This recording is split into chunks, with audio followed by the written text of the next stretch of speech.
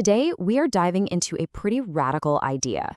What if we could explore the world without exploiting it? To figure that out, we're heading north to the Nordic nations. They're working on a model that might just be the key to seeing the world without, completely wearing it out. I mean, it's the big question, right? It's that little nagging feeling you get when you book a flight. We all know tourism is this amazing thing. It connects people, it powers economies, but we've also seen the dark side. The overcrowded beaches, the fragile places getting worn down.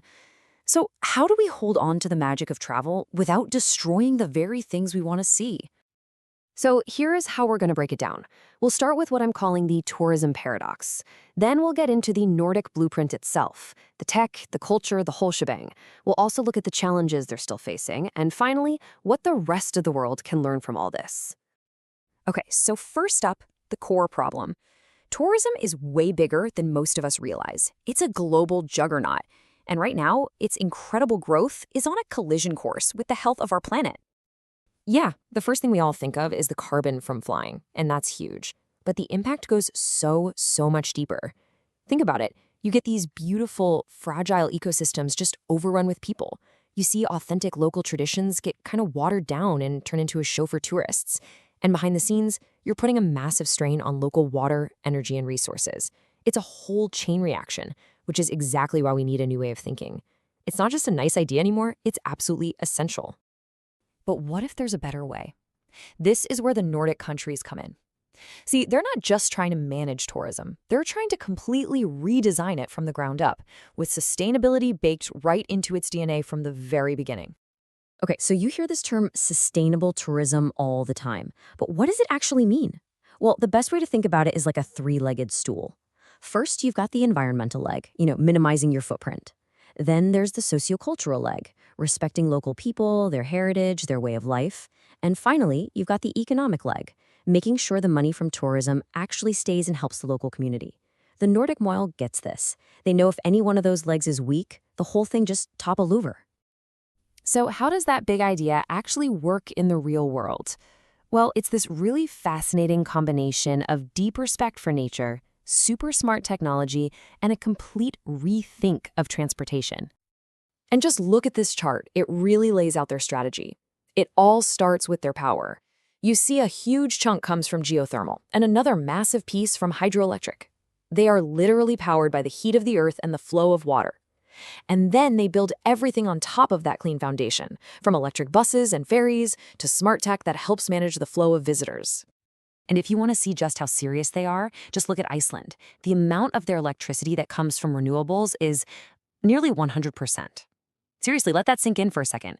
The hotel you stay in, the famous Blue Lagoon you visit, it's all running on energy pulled directly from the earth.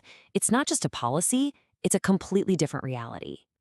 But look, all that clean electricity is great, but it doesn't solve the single biggest problem in tourism, transportation. Getting there and then getting around once you're there. That's the biggest source of emissions by far. And the Nordics have made tackling this their absolute top priority. And what's so cool is that they don't have a one-size-fits-all solution. In Sweden, there's a whole social movement called flight shame that's actually making people choose their incredible train system instead. Over in Norway, you can cruise through these breathtaking fjords on silent, fully electric ferries. No engine noise, no diesel fumes, just the incredible view. And then you have cities like Copenhagen in Denmark, where cycling isn't just a tourist activity, it's the main way everyone gets around. They're also using tech in some really clever ways. Imagine this, you're in a city, and an app on your phone sees that the main tourist hotspot is getting super crowded. So it sends you a little notification, gently nudging you toward another amazing neighborhood that's not so packed. This doesn't just protect the popular sites, it actually gives you a better, more authentic experience. But here's the thing, the tech is cool, the policies are important, but they're just tools. The real secret sauce, the engine that makes this whole thing run, is the culture. It really boils down to two totally different philosophies. On the one hand, you have mass tourism. It's all about consumption, right? Checking boxes off a list, getting the photo, buying the souvenir. But in Scandinavia, they have this core cultural ideal called friluftsliv, which basically means open-air life. It's not about conquering nature. It's about being immersed in it. It's a mindset of quiet harmony and deep respect. And that respect for the landscape extends to the people who live there. There's a huge focus on social fairness, which means tourism is actually designed to support local communities, not push them out. A lot of the money made from tourism gets funneled right back into the towns. This empowers everyone, including indigenous groups like the Sami, to share their culture in a way that preserves their heritage while building a stable economic future. Okay, but let's be real. This isn't some perfect, magical utopia. The Nordic countries are definitely leading the way, but they are also hitting some pretty big roadblocks on their journey. For starters, no matter how green everything is on the ground, most of their visitors still get there on an airplane. That's the big problem. And ironically, their own success is creating a new challenge. Places like Iceland are now dealing with over-tourism, where the sheer number of visitors puts a strain on those epic landscapes. And the biggest irony of all? They are on the front lines of climate change, which is threatening the very glaciers and natural beauty that people fly across the world to see. But even with those challenges, the Nordic blueprint gives us a really powerful and frankly hopeful path forward.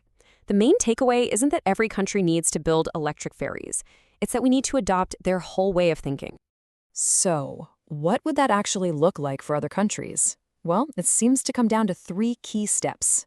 First, you have to get your policies straight. Make sure your tourism goals and your climate goals are actually talking to each other.